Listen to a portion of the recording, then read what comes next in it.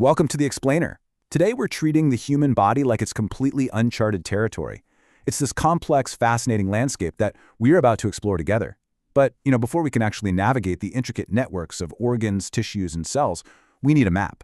And more importantly, we really need to understand the language of that map. So our main focus today is to discuss what our sources say about body planes, specifically looking at them in the much larger context of standard medical terminology. Picture this for a second.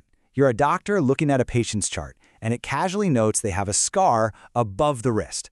Well, where exactly is that? Are we talking 2 or 3 inches away on the forearm? Is it right at the base of the hand? Is it on the palm side or maybe the back side?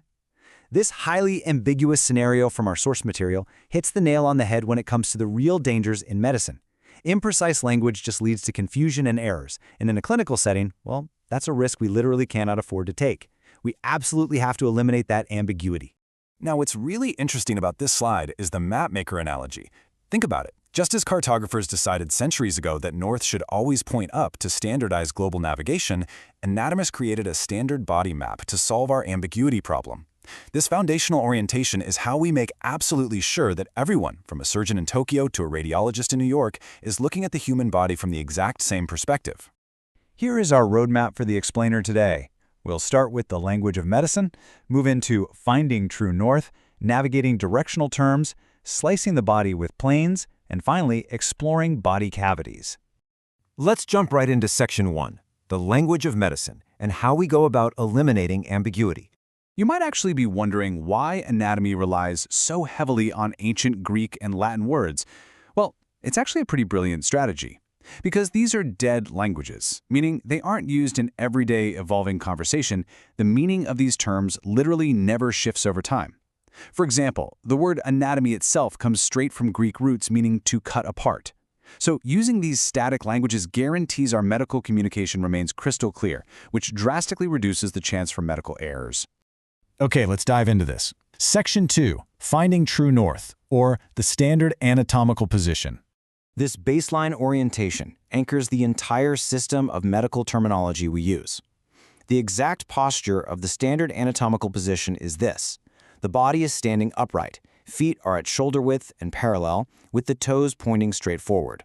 The upper limbs are held out to each side, and crucially, the palms of the hands are facing forward. Now, why does this matter so much?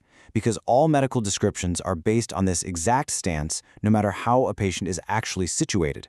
Even if someone is lying face down on an operating table, which we call being prone, we still use directional terms as if they were standing upright in this exact standard posture. Moving on to Section 3, Navigating Directional Terms, which is essentially the compass of the human body.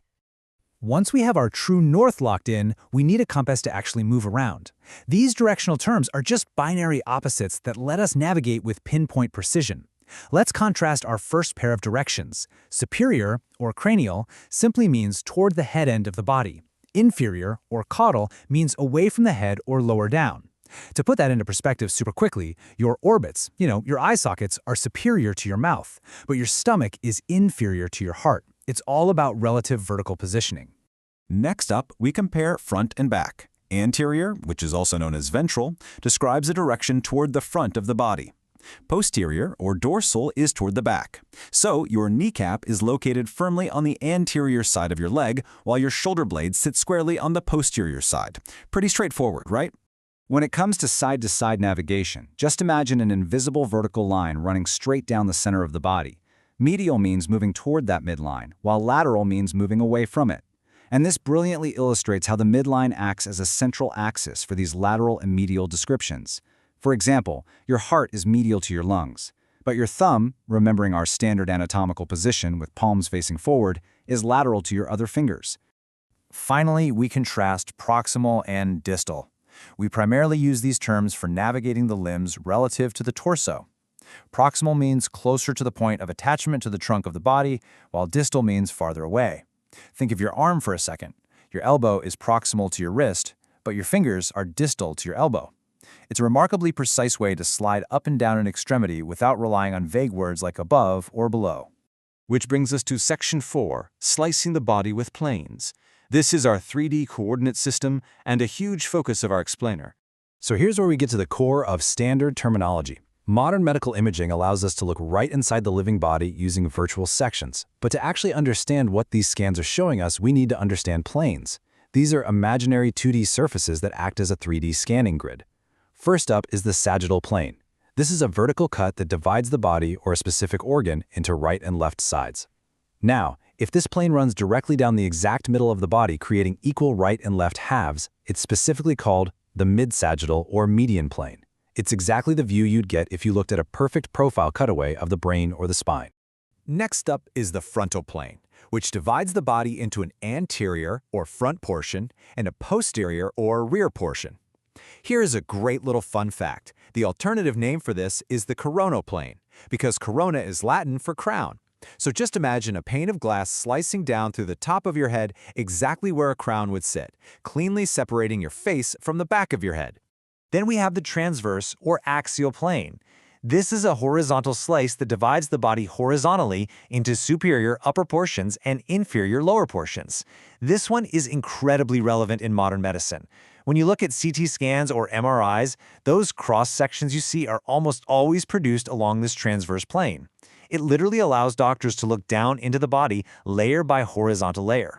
So the crucial point is how these three planes lock together to create standard terminology. The sagittal divides left and right, the frontal divides front and back, and the transverse divides top and bottom. Together they form a comprehensive three-dimensional grid. This coordinate system ensures that whether an anatomist is dissecting a tissue sample in a lab or a surgeon is reviewing a really complex MRI before an operation, they have a flawless, universal spatial framework to describe exactly what they are seeing. It's the ultimate upgrade from above the wrist. Let's move to and see how this builds into Section 5, exploring body cavities, mapping the internal spaces. Now that we've established our imaginary planes to slice the body, let's actually locate the physical, fluid-filled spaces that these planes help us define. Our internal organs are securely housed in these dedicated spaces.